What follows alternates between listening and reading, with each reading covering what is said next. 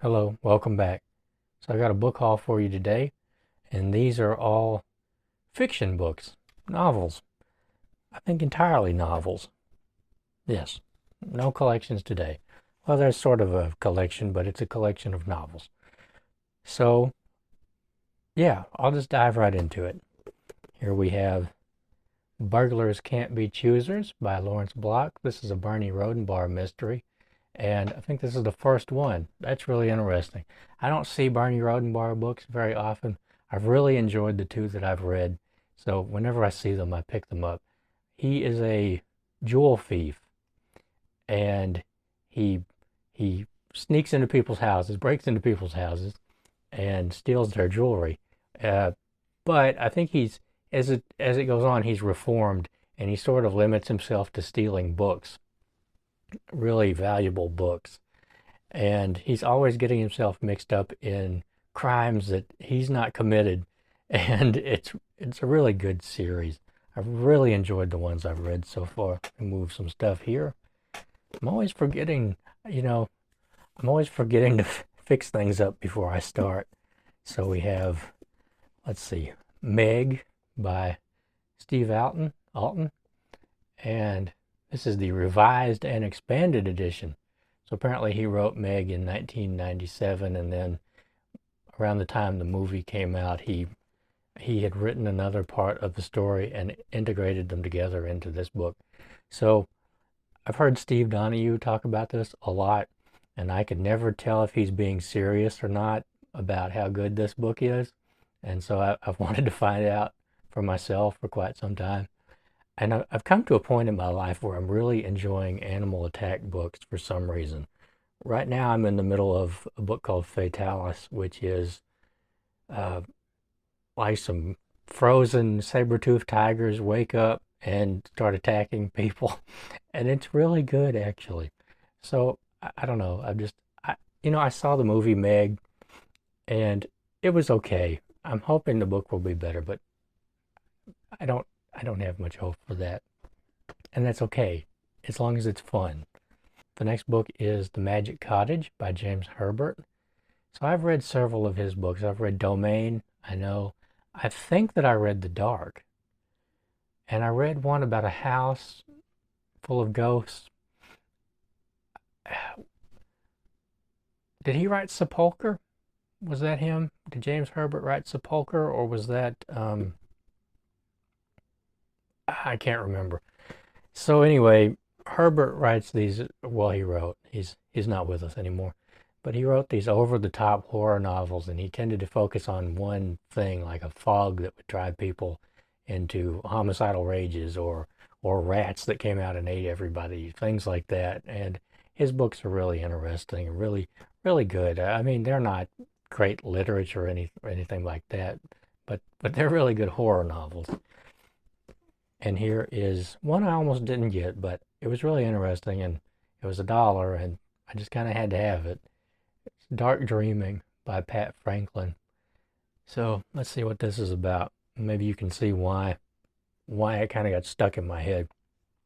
A dream.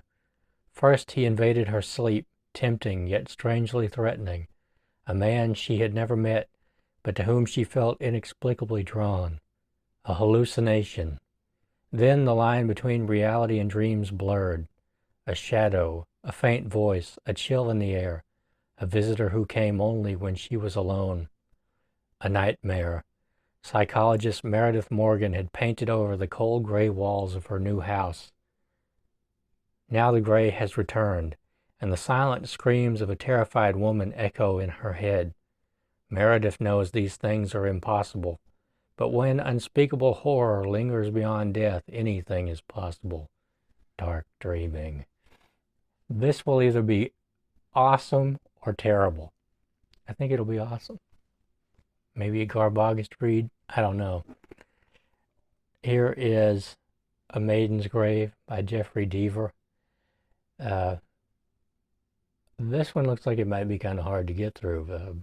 Now, he wrote The Bone Collector, which I read about a month ago, thanks to Kevin Toll. Kevin Toll did a review of The Bone Collector and made it sound really good. It was just what I needed at that time. And So I really like Deaver's book, and so I want to read more of his books. And this one, like I said, this one might be hard for me to get through. I usually don't have a problem getting through books, but The Bone Collector was kind of, it was violent to a point where I started to question the boundaries of entertainment, I guess. Uh, yeah. So here is the blurb on the back here. 8 deaf girls and their teachers are pulled off a school bus along a windswept Kansas road. They are held hostage in an abandoned slaughterhouse by escaped murderer Lou Handy and 2 fellow inmates. They threaten to kill 1 hostage an hour unless their demands are met. Called to the scene is Arthur Potter, the FBI's senior hostage negotiator, who meets in Lou Handy the toughest adversary of his career. As Potter struggles to outwit Handy, hostage Melanie Carroll takes on the killers in a desperate effort to save her students. The clock is ticking as the terrifying game of cat and mouse begins. And this cover is really, really neat too. The bird's beak kind of comes off, but I'm worried about that because I'm afraid it'll rip, and I don't want to rip it. The next is one I'm pretty excited about too. It is December by Phil Rickman. So this is about a band who goes to record an album at an abbey, like a 12th century abbey, and some really messed up things happen there, apparently. And then the band breaks up and everything after this event, and then they get back together like 13 years later, and they go back for some reason. I think it, like that, it pulls them back or something. So I read a horror novel about a band and an abandoned house last year. It was terrible. So I was kind of hoping that maybe this one will be really good and kind of scrub away that memory. Well, you know what? It wasn't terrible. It had some problems that weren't really fleshed out by the author. And I feel like that could have been better done. I wish I could remember the name of that, but I don't. Here is Reader's Digest's The Best Mysteries of Mary Roberts Rhinehart. So I've said this before. I have several of Mary Roberts Rhinehart's books. I haven't read any of them. This is 4 of them. And there is Mary Roberts Rhinehart. I did start one, but it was the first one in this book, The Circular Staircase, and I just wasn't getting on with it. It just wasn't the right time, so I put that one down. Let's see, there's also The Man in Lower 10, The Window at the White Cat, and The Buckled Bag.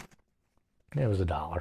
So 4 books for $1. That's pretty good. The next is The Prometheus Crisis by Thomas N. Scortia and Frank M. Robinson. And apparently they wrote The Glass Inferno, which was inspiration for the movie The Towering Inferno.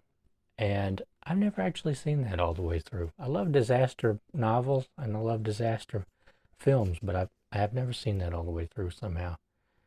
So in this one, they switch on a $5 billion nuclear power station, and it immediately goes critical. And this is the disaster, So that'll either be good or terrible also. That's true of every book, right? It'll either be good or terrible. Maybe great if you're lucky. And here is War Day by Whitley Strieber and James Kunetka. Now, Whitley Strieber sort of became famous later on for claiming to be an abductee, an alien abductee, and he wrote a book called, oh good Lord, I can't remember the name of the book, but I do remember the cover. It has a gray alien on the front of it. But anyway, so this is kind of an interesting book, War Day. This is, what if the Soviets and the Americans had gone to war with each other, nuclear war, and this is the aftermath of that.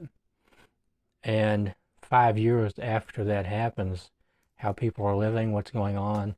So that should be really interesting. That is War Day by Whitley Strieber and James Kunetka. And, you know, I'm hoping they'll all be pretty good.